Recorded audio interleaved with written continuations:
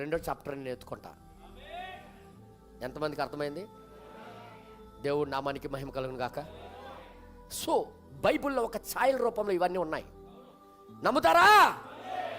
నిజమైన వాస్తవ కాలంలో మనం ఉన్నాం కదా. ఈ కాలంలో జరగవలసినవన్నీ బైబిల్లో ఒక ఛాయ రూపంలో జరిగించాడు దేవుడు. ఎంతమంది వింటున్నారో నాకు తెలియదు, కానీ ఇది వాస్తవం. బైబిల్లో ఒకసారి చూడండి, ఇశ్రాయేల్ ప్రజలందరూ ఉన్నారు. వారందరూ పాప క్షమాపణ నిమిత్తము ఎవడు పడతాడు దేవాలయంలోకి దూరిపోయి, ఆయన మేఘారుడిగా వచ్చే లోపల ఉన్నాడు కదా, ఆయన దగ్గరికి వెళ్ళిపోయి నన్ను క్షమించి అడగలేడు. వీరికి ఆ దేవుడికి మధ్యలో ఒక మధ్యవర్తి ఉన్నాడు. ఆయనే ఒక ప్రధాన యాజకుడు. అందరు చెప్పండి, ప్రధాన యాజకుడు ఉన్నాడు. వీరి పాపాలు క్షమించాడు, వీళ్ళకి తప్పులు క్షమించాడని రుజువు తీసుకొని రావాల్సింది ఎవరంటే ఈ ప్రధాన యాజకుడే. ఈయన ఏం చేస్తాడంటే వీళ్ళ కొరకు బలి అర్పించిన అర్పణ రక్తము పట్టుకొని వెళ్ళి అతి పరిశుద్ధ స్థలంలోకి ప్రవేశిస్తాడు. అక్కడ దేవుడి దగ్గర మొరపెడతాడు. వాళ్ళు చేసిన పొరపాటు, వాళ్ళు చెయ్యేసి క్షమాపణ అడిగారు.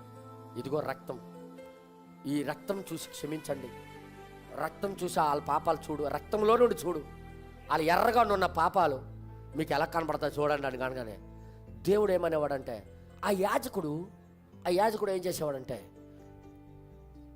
క్షమించాను అని చెప్పడానికి ఈయనకి మరలా వెనక్కి వెళ్ళి చెప్పు, ఇంత లోపలికి వచ్చావు కదా, లోపలికి మూడో స్థానం దాటి వచ్చావు కదా, నా దగ్గరికి దాటిపోయి అతి పరిశుద్ధ స్థలంలోకి వచ్చేసావు. ఇప్పుడు మరలా నువ్వేం చేస్తావంటే, మరలా వాళ్ళకి జవాబు, వాళ్ళు క్షమించబడ్డాము అని చెప్పడానికి నువ్వేం చేస్తావంటే బ్రతికి వెళ్ళి బలి చెప్పి మళ్ళీ సజీవుడిగా నువ్వు బయటికి వెళ్ళి నేను క్షమించానని చెప్పన్నవాడు. వీళ్ళు ఈ గంటలు తొడిగి ఈ ప్రధాన యాజకుడు ఆ డ్రెస్ వేసుకొని వెళ్ళాడు లోనికి, గొర్రె పిల్ల రక్తం పట్టుకొని తీసుకొని వెళ్ళాడు. ఒకవేళ పొరపాటు అయితే నడుముకి తాడు కట్టుకొని వెళ్ళేవాడు. ఒకవేళ దేవుడు క్షమించట్లేదు, ఈయనది వాళ్ళది క్షమించట్లేదు అన్నాడు అనుకో, అక్కడే పడిసేస్తాడు. మళ్ళీ లైఫ్లో రాడు తిరిగి.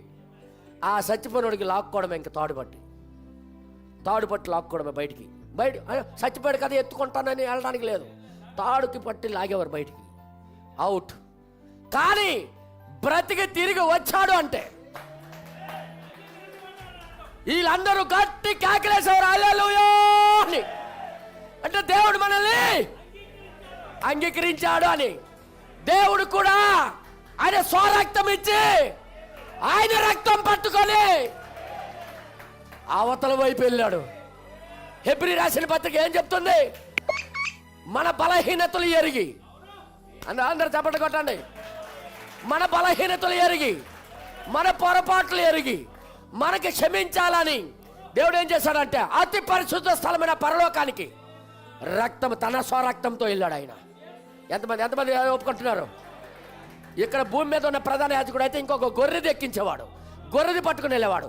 కానీ ఇక్కడ ఈయన అయితే ఆయన సొంత ఆయనే గొర్రె పిల్లగా ఉన్నాడు ఆయన. ఎంతమంది నమ్ముతున్నారు? ఆ సొంత రక్తం పట్టుకుని వెళ్ళాడు. సమాధానం ప్రజలకు ఏమి రావాలి?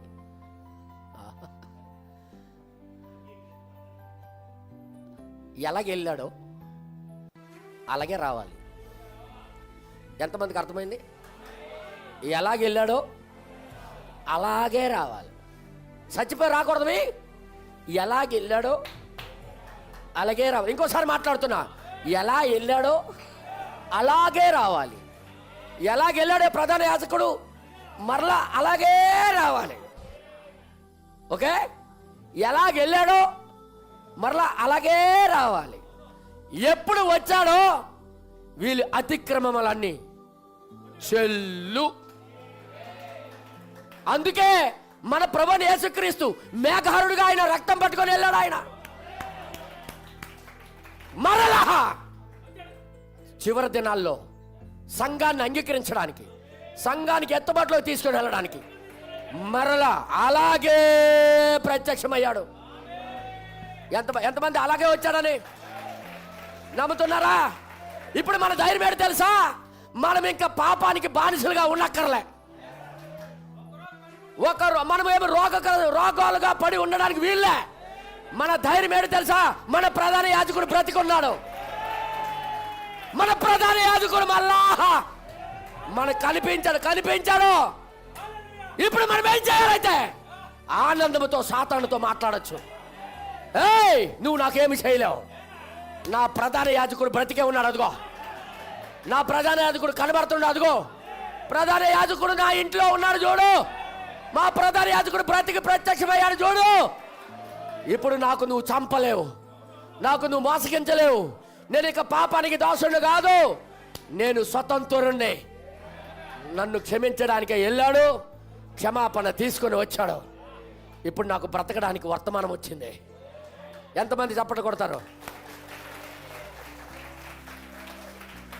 ఎంత ఆనందకరమైన మెసేజ్ పట్టుకొని వస్తే ఎగతాళ, హేళన ఇలాగ జరిగినందుకు ప్రవక్త ఏమన్నాడో తెలుసా? చదివిస్తాను. పరిశుద్ధాత్మ సంఘంలోకి వచ్చి ప్రవచించడం ప్రారంభమైంది. ఇదిగో నేను నివాసం తయారు చేసుకున్నాను, ఫుల్ అధికారము. ఆ రోజు అక్కడ ఎలాగైతే యేసు నా కుమారుడు మాట వినమన్నానో, ఇప్పుడు నేను ఎన్నుకున్న ఈ సేవకుడు మాట మీరు వినండి.